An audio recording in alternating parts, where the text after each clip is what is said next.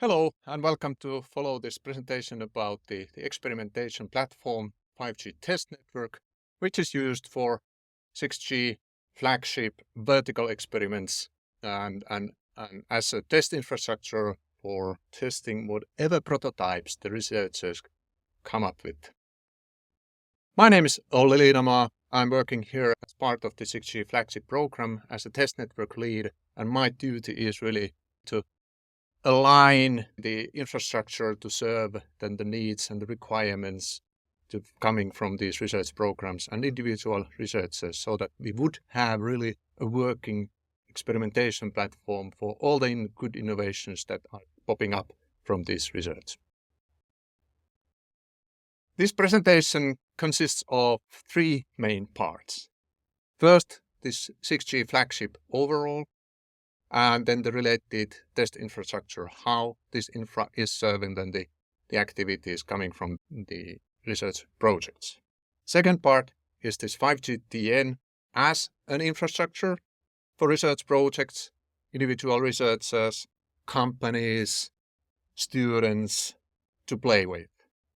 And then the third part is about the experiences from vertical experiments that we have done using this infrastructure so far. Here we see an overview about the Finnish 6G flagship. Flagship is an 8-year lasting program funded by Academy of Finland University itself and then the related separate funded projects. It is investigating new technologies, materials, business models, regulation, architectures, assuming 2030 we would have such a society which is data-driven, sustainable, and using services enabled by near instant, unlimited wireless connectivity. The program has 4 strategic research areas. As you can see here, first one being the wireless connectivity solution itself. So the frequencies, new algorithms, new protocols, hardcore wireless research. Second one being the devices and circuit technologies. So the materials, when going to new higher frequencies, then it has a major impact also to the circuits, to the materials that we are using. Third one being this distributed intelligence wireless computing. So the architectures, where do you have the processing, how do you utilize cloud technologies, and then how to solve the sustainability problems in an optimal manner. The processing would be in the right location, whether it is in the terminal itself where the data is sensed or provided, or whether it is in the edge of the network or somewhere centralized in the core. And then the fourth area is the sustainable human-centric services and applications, where we are doing all these experimentations on different use cases, verticals, as we say. So putting this technology to several vertical areas, selected and strategic important areas being health, industry, vehicular, and energy.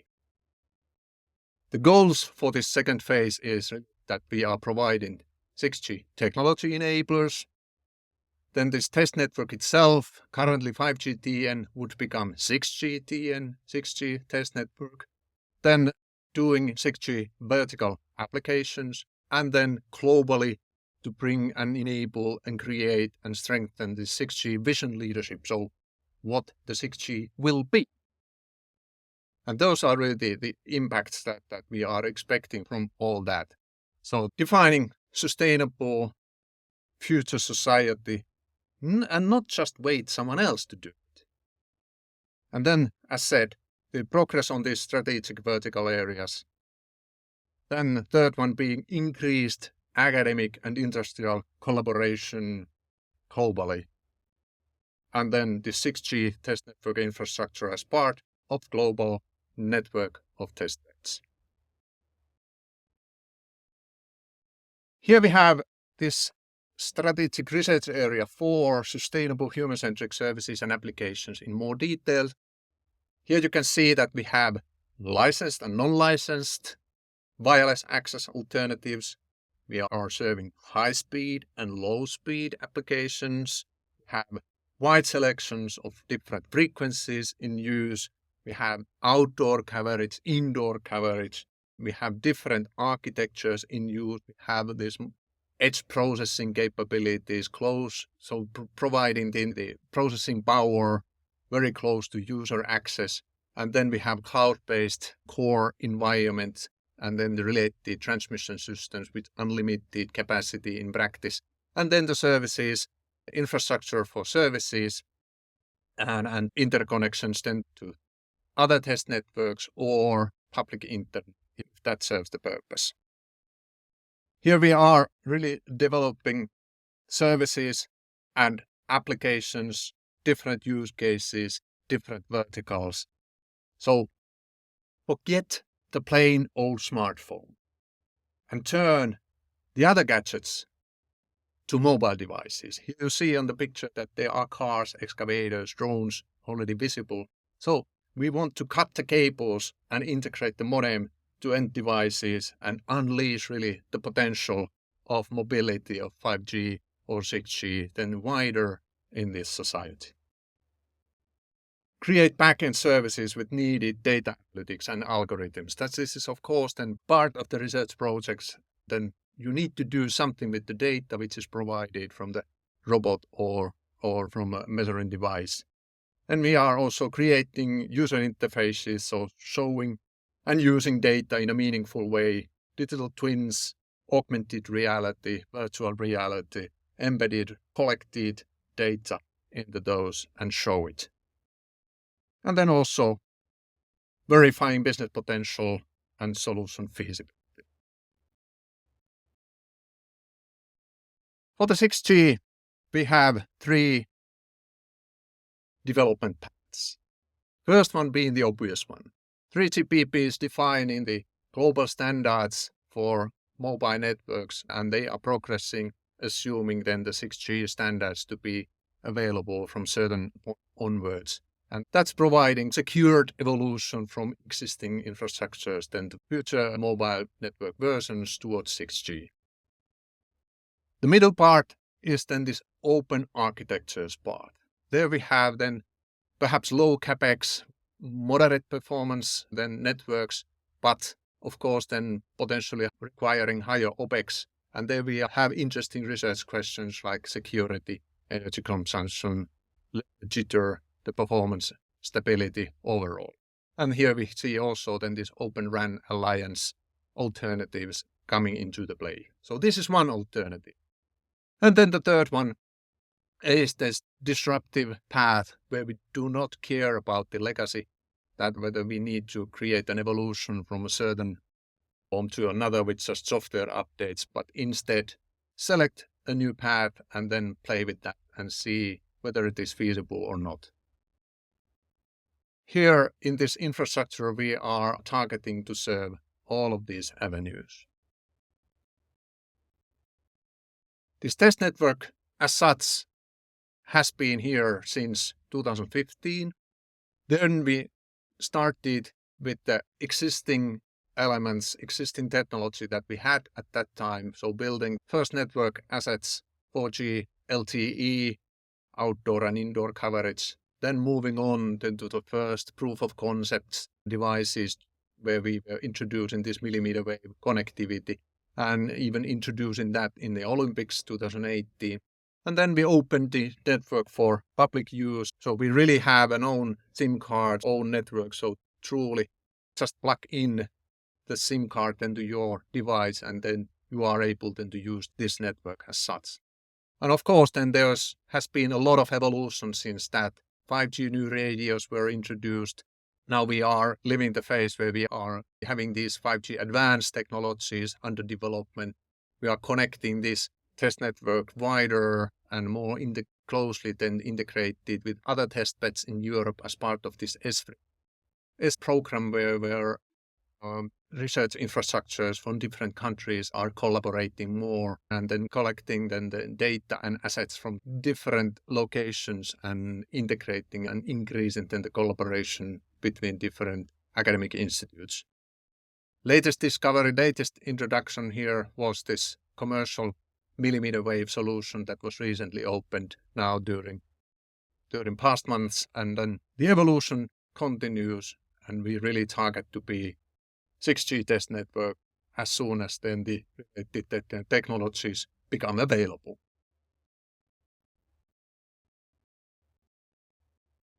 We are in a luxury position here at the university campus, and it is flagship to run really outdoor 5G with these commercial 3.5 gig band, and that's due to regulation. In Finland, there are certain areas, they are called TTO areas, referring then to the technology research, development, testing, and teaching activities. In these areas, there are restrictions for using radio frequencies for mobile networks. And here on the map, you see that our Liinamaa University campus area is part of such area. So we are, together with the Finnish regulator, then able to run these 5G networks also outdoors in our neighborhood. And that's it for the part 1. And now we look this 5G test network in more detail. We are having 5G on band N78, 3.5 gigahertz, and then N258 for millimeter wave, so 24 gigahertz. We are having both the non-standalone and standalone architectures in use. 4G on very many frequencies, since we have had that already for quite some time. Cellular IoT is served on band 28. There we have hundreds of IoT sensors partially connected with narrowband IoT, and then of course partially other technologies such as LoRa. Then we have these edge processing servers. So if there are such needs that researchers would like to have processing very close to the edge of the network or even inside the terminal. Then we are doing integrations to different verticals. We have assets like energy consumption or production measurement environment in use and serving the researchers. Connected 6G cars, smart excavators, or drones as examples. And of course, then the evolution towards 6G as part of the infrastructure evolution. So whenever new assets become available, then as soon as we are able, then we are integrating those interesting things to be part of this infrastructure serving researchers. 5G coverage is primarily here at the university campus area. And here you can see the heat map, which is from last summer. So green is good, red is bad. Frequency license 3.5 gigahertz, 60 megahertz band is in use at the campus. And this is one measurement which was done as said. And there's 5G outdoor macro, which is serving this and how the measurements were done. So this is also one example on these kind of measurement devices and measurement capabilities that we have for radio parameters, so that these kind of information can be used also as part of the research activities.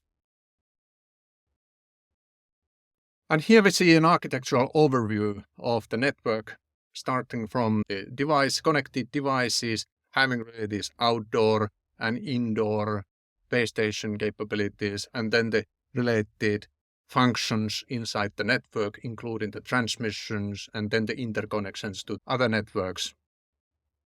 Starting really from the left, you can see then the user devices, and we are definitely using not only the traditional classic smartphones, but other type of gadgets or devices, such as augmented reality glasses, I can just see here. So showing data for the user on own screen. And this, of course, then opens an interesting question that, hey, what sort of processing should be here in this device itself, or whether it should be there at the edge of the network or somewhere centralized, and how do you deliver that then to the user in a meaningful way? Plenty of IoT sensors installed. Some are like this very small mobile sensors, Some are stationary, permanently installed into a roof or a ceiling, measuring different things. And of course, then, as I mentioned, in addition to smartphones or tablets or laptops, then there are 5G modems already in place, which can be used. Here's one example where we have this 5G test network SIM card included. And then this is providing then the mobile connectivity. And then you have to have something where this is then plugged in to really make the existing stationary device to be a mobile device. If the end device does not have then the related or needed processing power, we may introduce here some small computer, like in this case a Raspberry computer, then as part of the integration. So this is really what we do as part of our activities. The base stations, of course, then outdoor macros are outside there in the mast, but indoor coverage is built using indoor devices. So these are really tangible base station devices that we have here at the campus area and where we are providing then the connectivity. You see also in the picture then the other elements that we have, different core alternatives, then switches, routers, then the possibility of routing the data locally to some edge processing environment or some other solution, some other server stack here at the university campus, in the campus intranet itself, where we are then able to spot all the hops, how the data is transmitted, how many jumps does it have, do we have unknown parameters in between. And then we have, of course, then interconnections to other networks or other test sites in Finland or in other countries. Here you see also integration to our key partner Nokia, where we are doing a close collaboration, and some of these capabilities such as subscriber management and subscriber databases are provided as a service from Nokia side. For the core network, we have two alternatives. Traditionally, in 4G, there has been this LTE and EPC network, enhanced packet core network, as a core element.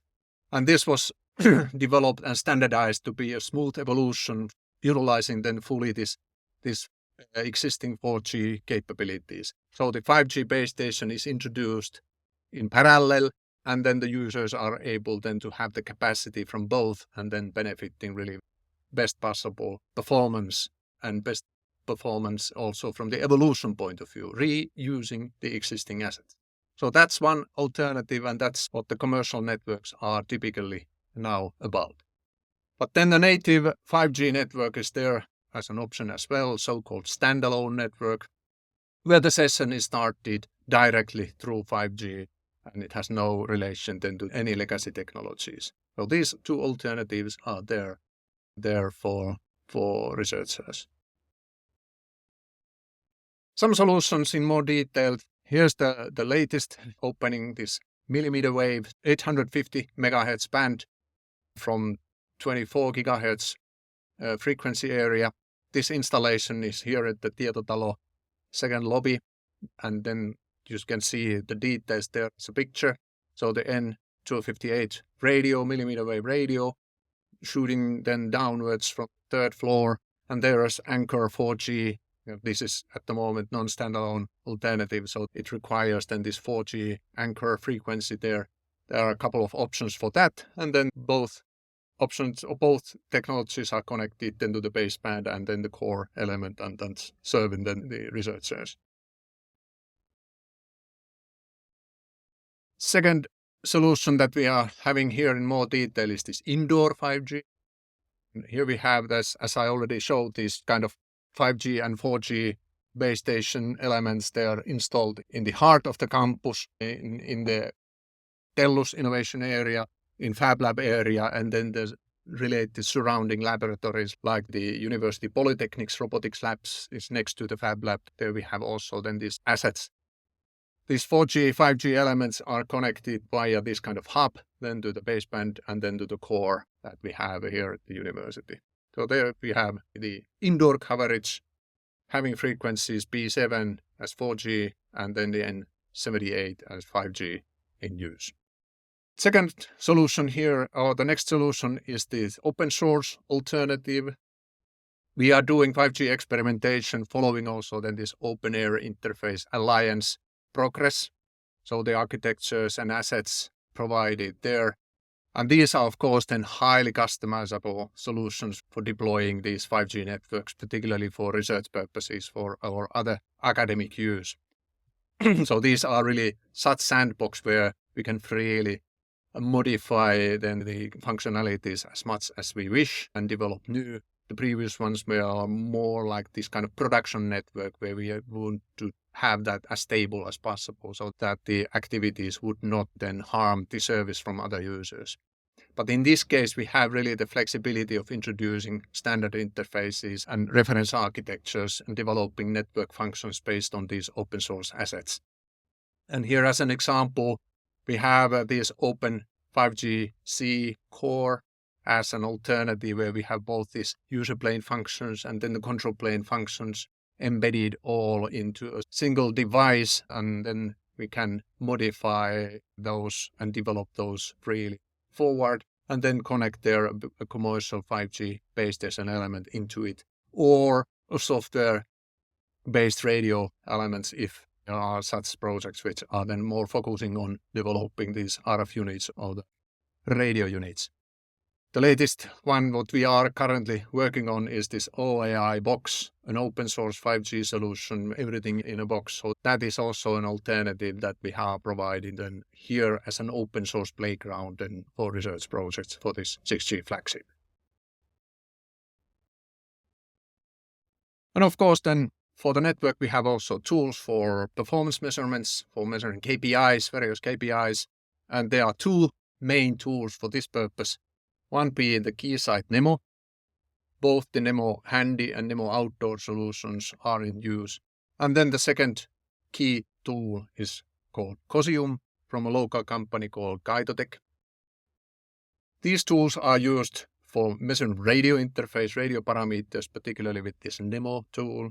And then the network quality of experience, quality of service are then more in the network side provided by Cosium tool. In addition, of course, then to traditional open tools like ReefShark or any oscilloscope or so. But these two solutions that we have are then for really as key KPI tools that we have. Both of them, of course, then have various data storing options and visualization options. On the left-hand side, you see the heat map was already shown from this Nemo tool. And in this example, we have then the received power from base station visualized in different colors. And then, of course, these are adjustable that how the trigger values should be defined and what is really the parameter that we are measuring from this radio interface. And then for the network side, this Cosium tool is used for measuring the performance between two agents or probes that are installed in the network. It may be in a terminal itself, in the user device, or it may be in some network elements in the chain. And this tool is measuring really then this network characteristic, network performance, how many packets were received, how many packets were lost, how much bandwidth was received, etc. And then these delay jitter parameters on one way, so not a round trip, but really one way, so that the data is really valid and relevant. That was end of part 2. Okay, let's then have some true evidence of this platform that we are really using in different projects. So some experiences about the utilization or the different verticals that we have done so far with this test network. I already mentioned that we have hundreds of sensors integrated into this university campus area. Here's we see a screenshot out of those. There are sensors here at the campus area, and we are really opening and showing and allowing then this real-time data available in those CampusNet pages, smartcampus.oulu.fi/manage. And then we have also published a history data for a full year data from these sensors, and then openly that is also available if you have analytics which would require long-term data or big data. So that's also free to use, and the address being shown on the material. But let's have now a look real time what the sensors are showing at the moment.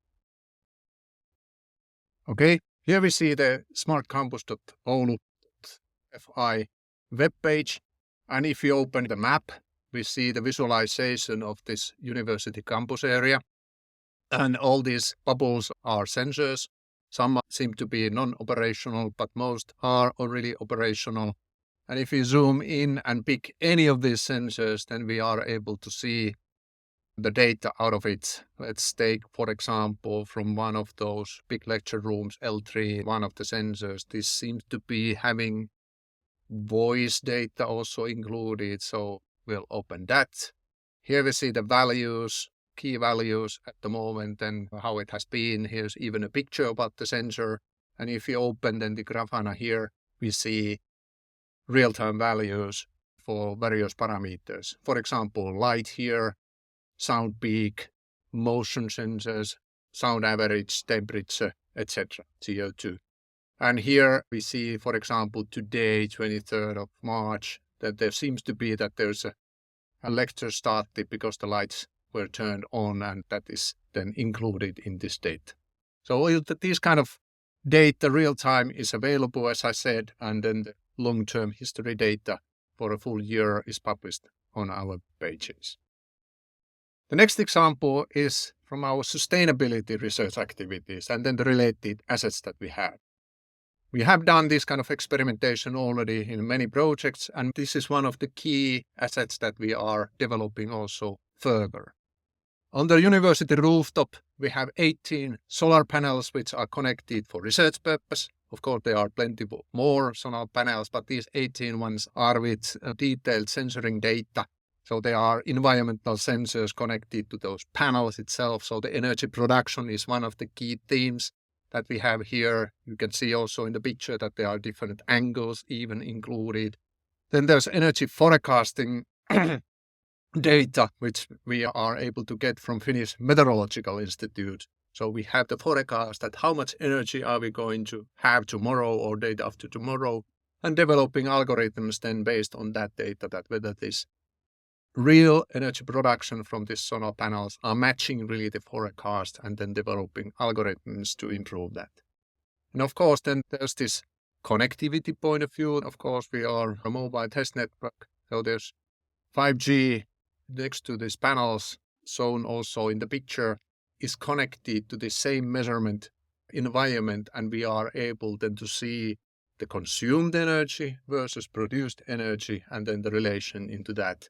So that we are able then to evaluate the sustainability of that solution against the production, local production. Here we see that in more detail. So we have these radio modules, and then the related baseband and the switch elements, they are connected to this measurement system. That consumption is there on the red. There seems to be on that particular day pretty average consumption, and then some sort of peak, small peak before noon, and then continuing stable consumption. And then the production from 18 panels is there on the curve. It goes above this consumption there during the daytime, and there we are producing more energy than we are consuming. And then later, when the sun goes down, then we are again consumers, not producers. But here, similarly, this is real-time data. That sample is from last August, but let's see how things are today and now. Here on this web page, we see the energy consumption from yesterday, 22nd of March, 23. And similarly, then the 5G system there is stably consuming about 900 watts. And then the solar panels are then providing a bit more during the daytime, and then less, of course, than during the dark time. Today, 3rd afternoon, let's see if we have data for today here. Yes, this is really updating real time. So that seems to be sun shining now at the moment because there's a peak on energy production and then the consumption remains stable. So these sort of assets and then user interfaces we have already now and developing further as part of the activities.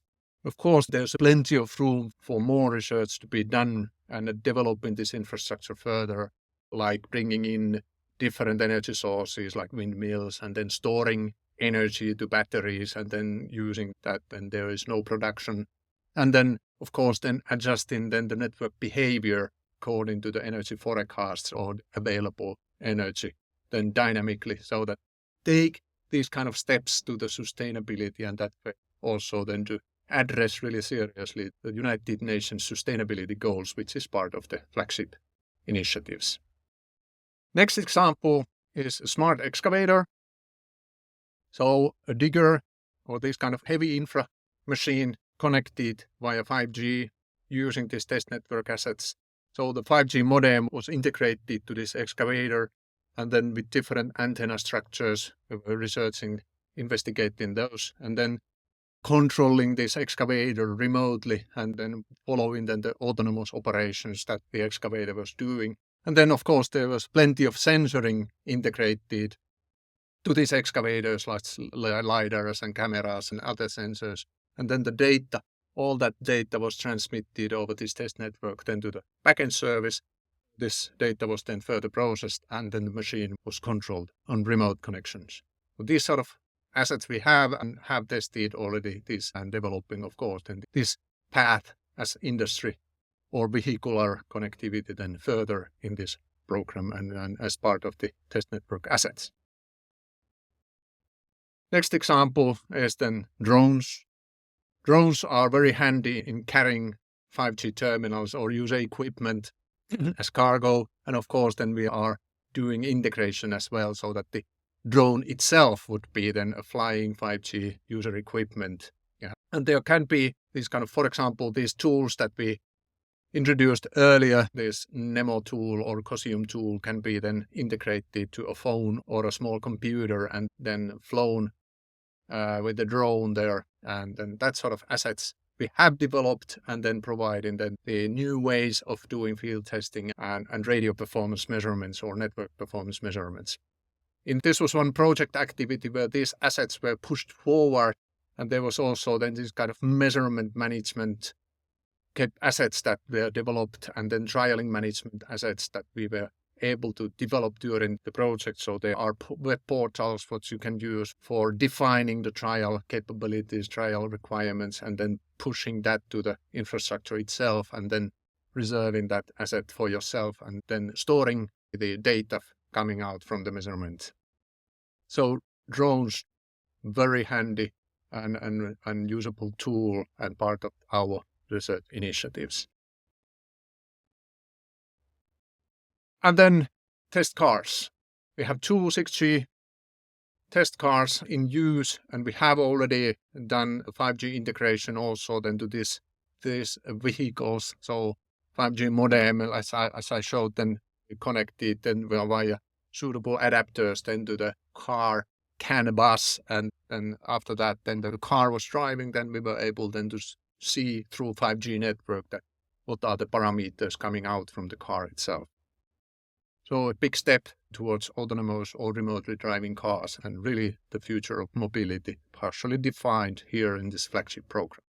Here we see a collection of other and partially the same result examples that we have done as experiments utilizing this platform, not all directly then using this production network, but very much with the same experiences. Just go to YouTube and check for 6G flagship channel for demonstration videos, and there are examples on this millimeter wave communication, visible light communication, lighter than air drones, 3D scanners, sensing on high frequencies, on terahertz frequencies, e-health applications, and then some location awareness. So this kind of sensing and then accurate positioning technologies based on the radio interfaces. So plenty of these kind of research examples that we have published also, and so just click in and have a look on more details. So that was it. 5G test network is providing this experimentation possibilities, serving all paths towards the 6G. Evolutionary path, open architectures path, and then this roller coaster path, this disruptive path where we don't care about any limitations or any legacy technologies. So just plug in the 5G test network and become the user of this mobile network. Welcome to experience your innovations to be part of that infrastructure we develop. Thank you for watching.